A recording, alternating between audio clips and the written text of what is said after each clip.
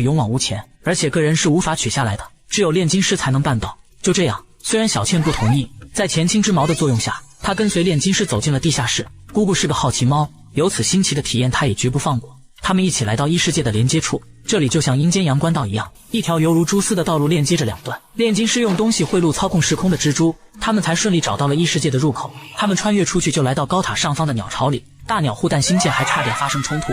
他们正要离开，看到远处烟尘滚滚，炼金师知道那是装甲鼠来了。装甲鼠在大陆上横行无忌，专门收集各种铁器，强大的势头无人可挡。